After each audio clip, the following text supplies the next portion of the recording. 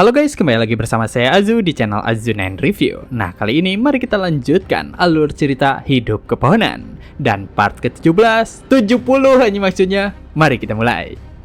Dengan kecepatan maksimal, Ziyu terus melesat menuju kadar Starfield. Untuk memastikan ia dapat sesegera mungkin, ia terus bergerak tanpa tidur dan beristirahat selama 6 bulan. Bahkan, ia merubah posisi akar Green Dragon dengan Sky Piercing Dragon. Dan kemudian ia menggunakan kemampuan Void Shuttle untuk melintasi galaksi, sehingga ia bisa bergerak dengan jauh lebih cepat. Sementara itu, di planet Mars, saat tiba di sana, Golden Monkey merasa kagum dengan pemandangan yang ada di sana. Tak lama kemudian, King Quan mempertanyakan tentang alasan QB yang membawa mereka ke Mars. Mendapati pertanyaan itu, QB menjelaskan jika dirinya ingin mengubah Mars menjadi planet hidup seperti bumi. Ia berpikir seperti itu karena menurutnya Bumi dan Azure tidak akan cukup menjadi tempat bergantung saat perang dengan Great Emperor terjadi. Mendengar penjelasan itu, Golden Monkey dapat memahaminya dan mengibaratkan seperti kawanan monyet yang harus memperluas wilayahnya agar mendapatkan cukup buah dan pohon untuk dibagikan. Setelah membenarkan perkataan itu, QB berencana untuk memenuhi seluruh galaksi Bima Sakti dengan pasukan Misty Mountain. Dengan begitu, nama Misty Mountain tidak akan lagi cocok untuk mereka, sehingga QB telah memikirkan nama baru untuk mereka sejak awal, di mana ia mendapatkan inspirasi tentang perjalanan mereka saat ini. Awalnya manusia memandang seolah mereka melihat demon dan monster, tapi sekarang mereka bahkan berhasil berkelana di ruang angkasa, yang bahkan hal itu tidak bisa dicapai oleh manusia sebelumnya. Dengan begitu, ia menyatakan jika mulai saat ini Misty Mountain akan dipanggil sebagai Demon Court. Tanpa terasa, 4 bulan telah terlewati dengan sangat cepat. Saat ini jauh di dalam Titan Starstream, Titan pilar pertama yang juga disebut Eternal Titan telah berhasil berevolusi ke tingkatan Sixth Order. Dengan keberhasilannya, ia segera bertanya tentang bagaimana perbedaan tingkatan kekuatan dirinya dengan Ziyu kepada si Titan kecil. Akan tetapi, Titan kecil segera menjawab jika Ziyu tetap jauh lebih kuat daripada Titan pilar pertama. Sementara itu, di klan elemental, Thunder Dharma Queen telah berhasil melakukan evolusinya. Meskipun dirinya juga telah mencapai tingkatan Sixth Order, ia tetap merasa jika perbedaan kekuatannya dengan Ziyu masih sangat jauh. Menyadari semua kejadian itu, salah satu Angel merasa jika era emas dari Myredras akan segera tiba. Sedangkan untuk saat ini, Ziyu masih melakukan yang terbaik untuk bisa sampai ke tujuannya tanpa peduli telah berapa lama waktu yang ia habiskan. Di wilayah kekuasaan Ziyu, White Tiger juga telah sangat banyak berkembang. Sekarang ia telah bisa mengontrol kekuatan barunya, dan ketika mencoba menyerang menggunakan kekuatan itu, ia bahkan dapat membelah lautan menjadi 2. Melihat semua itu, Xiaolan yang selalu menemaninya merasa sangat bangga dengan perkembangannya. Tapi seketika, Flash datang ke sana dan langsung memberikan pertanyaan 9+9 kepada White Tiger. Dengan penuh percaya diri, White Tiger memberikan jawaban 99. Dengan begitu, Flash menyadari jika hanya otot White Tiger saja yang berkembang, sedangkan otaknya masih saja tidak ada perkembangan sama sekali. Merasa jika Flash merendahkan sahabatnya, Xiaolan balas bertanya tentang soal matematika yang jauh lebih sulit. Akan tetapi, Flash dapat menjawabnya dengan sangat mudah dan benar. Menyadari jika Xiaolan tak percaya jika ia sepintar itu, Flash menjelaskan jika untuk memiliki kekuatan yang hebat, maka juga harus memiliki otak yang hebat. Seketika, obrolan mereka terhenti dan memikirkan tentang Great Emperor yang akan tiba tahun depan. Dengan begitu, Flash berniat untuk menjadi jauh lebih kuat lagi, baik tubuh maupun otaknya. Ketika Flash dan Xiaolan masih mengobrol, mereka dikejutkan dengan sebuah telapak kaki besar yang datang dari atas. Beruntungnya, mereka memiliki respon yang sangat baik dan dapat menghindarinya. Menyadari jika yang baru saja melangkah adalah Glacier, mereka menyebut jika saat ini tubuhnya sekarang sudah jauh lebih besar dibandingkan Emperor Crocodile. Tak lama setelahnya, King Zhou juga melewati mereka dengan tubuh yang tak kalah besarnya. Sehingga Flash menyadari jika saat ini semua rekannya telah menjadi jauh lebih kuat dengan caranya masing-masing. Terlebih lagi, Mars yang sebelumnya hanyalah daratan tandus telah berubah menjadi planet siap huni. Memanfaatkan kemampuan para Beast S, mereka berhasil membuat sumber air untuk semua penghuni planet itu. Selain itu, Glacier juga berperan banyak dalam membuat aliran sungai untuk menyuburkan daratannya. Bahkan, benih yang mereka dapatkan dari klan Titan sebelumnya juga mereka gunakan sebagai media penghijauan. Meskipun langit di sana masih gelap, tapi mereka yakin jika itu pasti akan segera membaik. Apalagi planet itu dikembangkan oleh makhluk dari bumi dan juga Azure. Tiba-tiba saja, Siolan dikejutkan oleh Emperor Crocodile yang muncul di dekatnya. Melihat Siolan yang protes kepadanya, Emperor Crocodile segera menunjuk Thorn yang berada di atas kepalanya. Yang mana Thorn segera bertanya tentang panda dan geng pemalasnya. Akan tetapi Siolan merasa tidak pernah melihat mereka membantu di planet Mars. Sementara itu, di bumi, panda tengah asik menyombongkan dirinya kepada Xiaoai tentang kehidupan yang dijalaninya selama ini. Sedangkan trio kocak juga bersenang-senang di sebuah taman bermain anak-anak. Demi mendapatkan pujian dari Xiaoai, panda bahkan menyebut jika dirinya sebagai bis terkuat dari Misty Mountain. Namun, ketika Xiaoai memuji atas kehebatannya, Thorn tiba dan langsung memukul kepala panda dengan sangat keras. Setelahnya, Thorn membawa mereka semua secara paksa menggunakan sulur yang ia miliki. Kembali ke perjalanan Xiu, tanpa disengaja dirinya tersesat di dalam wilayah Darkness Starfield. Dengan menghabiskan waktu selama 3 bulan, akhirnya ia berhasil keluar dan tiba di Starfield yang ia tuju. Setelah memperhatikan sejenak, ia menyadari jika Starfield itu ratusan kali lebih besar daripada Bima Sakti. Akhirnya, ia memutuskan untuk beristirahat sejenak di sebuah planet mati. Selagi beristirahat, ia sadar jika akhir-akhir ini ke-9 dimensi miliknya memberikan sinyal yang cukup aneh. Sehingga ia berniat untuk mencari tahu tentang apa yang terjadi di sana. Ternyata ke-9 dimensinya telah berhasil melahirkan World Spirit. Bahkan waktu kedatangannya sangat tepat, sehingga ia dapat melihat World Spirit dari dimensi es yang berhasil berevolusi. Seketika, jendela sistem menunjukkan informasi tentang World Spirit itu. Xiu merasa jika World Spirit itu memiliki potensi yang sangat menjanjikan ke depannya. Dan yang lebih penting lagi, ia memiliki pewaris untuk setiap dimensi di masa depan. Menurutnya, ini seperti ia memiliki anaknya sendiri. Karena World Spirit S merupakan yang pertama lahir, maka Xiu berniat akan menjadikannya sebagai pemimpin dari 9 World Spirit di dimensi lainnya. Melihat kondisi World Spirit S yang masih sangat lemah saat ini, Xiu memerintahkan Prince S untuk menjadi pelindungnya.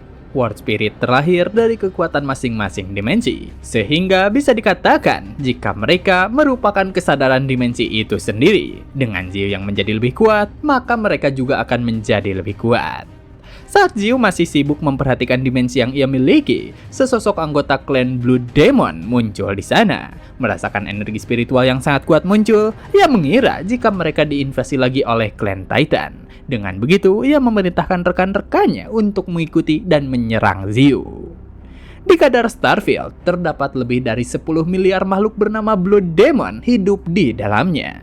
Pada zaman sebelumnya, ras itu melahirkan makhluk Blue Demon raksasa, kejam dan sangat kuat yang terus-menerus memakan planet lainnya.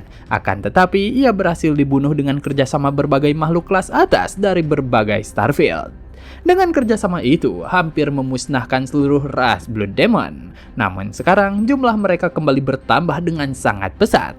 Bahkan, Blue Demon raksasa yang ada di sana menjadi semakin kuat.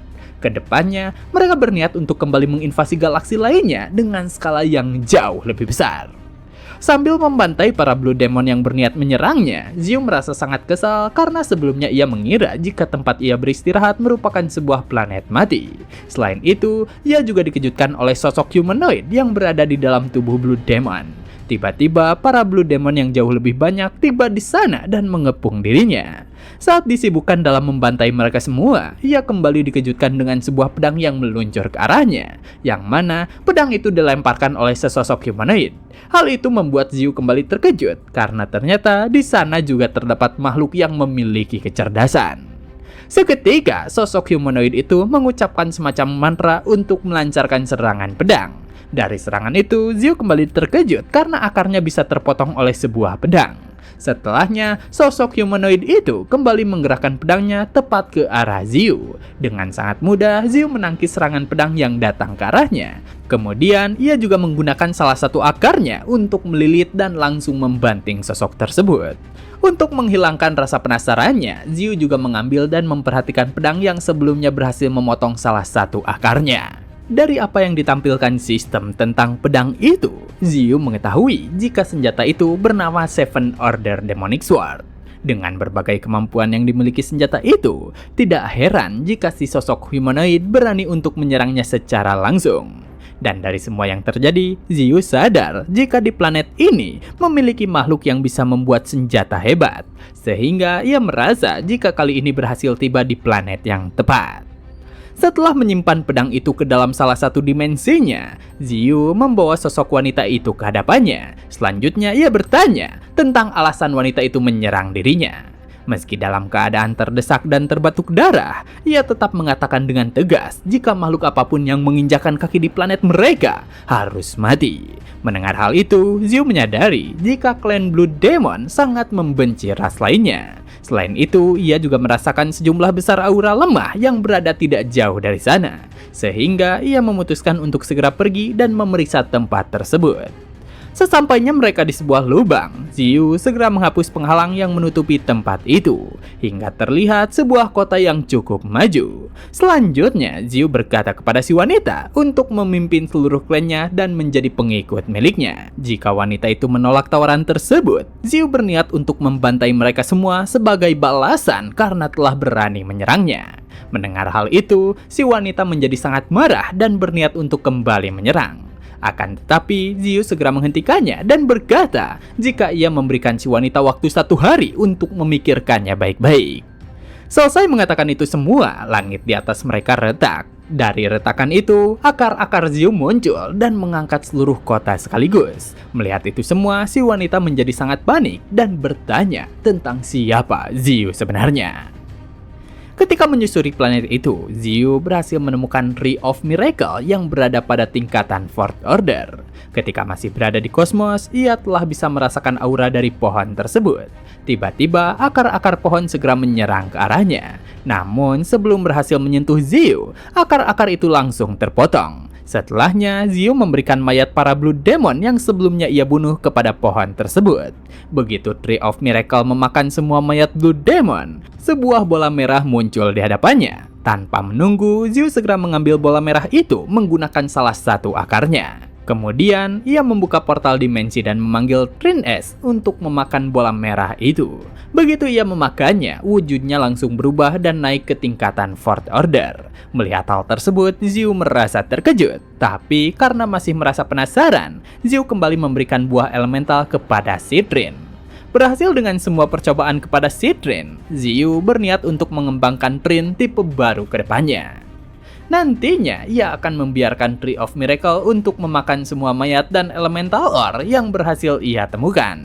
Dengan begitu, ia akan bisa mendapatkan lebih banyak buah. Setelahnya, ia memasukkan Tree of Miracle ke dalam dimensi kehidupan.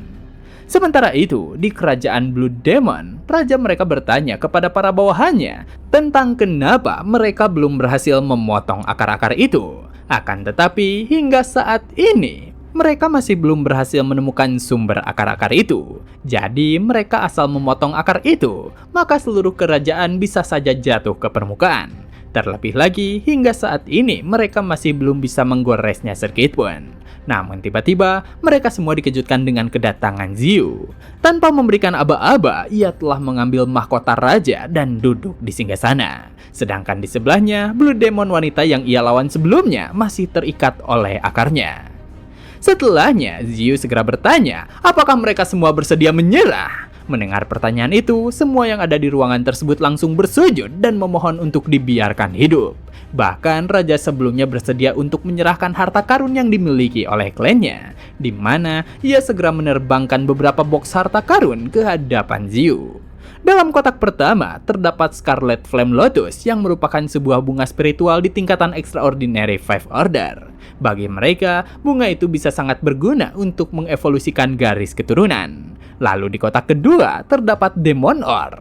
Awalnya itu hanyalah spiritual ore biasa. Tapi setelah terkorosi oleh klan Blood Demon, ore itu menjadi Blood Demon Ore. Selanjutnya adalah kotak yang berisikan sebuah pedang Life Kill, di mana sebelumnya mereka memiliki 2 Seven Order Demonic Sword. Sebelum mantan raja menyelesaikan kata-katanya, Zeus telah terlebih dahulu menggenggam pedang itu di tangannya. Saat Zhu memperhatikan pedang Life King di tangannya, ia merasa jika pedang itu cukup bagus untuk dirinya gunakan. Tanpa ragu, ia segera mencoba kekuatan dari pedang tersebut. Hasilnya, kastil dan sebagian luar wilayahnya terbelah menjadi dua. Melihat kondisi kastilnya, mantan raja terkejut serta bersedih dengan semua yang baru saja terjadi. Selanjutnya, Zhu kembali bertanya kepada mereka tentang sebuah simbol diagram. Merespon pertanyaan itu, mantan raja menyebutkan jika itu merupakan diagram Imperial Armament, di mana diagram itu terdapat di bagian terdalam dari kadar Starfield. Akan tetapi, ia tidak mengetahui lokasi pastinya, karena terakhir kali ia melihat diagram itu adalah 10 tahun yang lalu. Selanjutnya, ia menjelaskan, jika diagram itu muncul kembali, maka akan ada dentuman kencang yang menggema ke seluruh kosmos. Bahkan dahulu, semua expert yang berada di sekitar area dentuman itu akan langsung berubah menjadi bubur darah.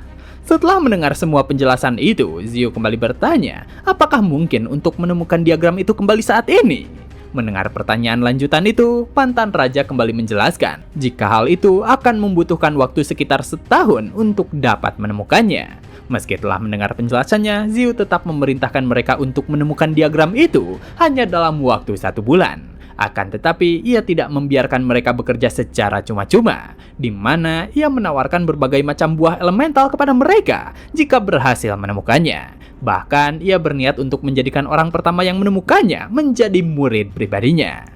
Mendengar tawaran itu, mantan raja merasa tidak percaya dan mencoba mengkonfirmasi ulang. Tapi Zhu tidak mempedulikannya dan langsung mengancam mereka untuk menghancurkan planet itu jika mereka tidak bersungguh-sungguh menjalankan perintah yang ia berikan.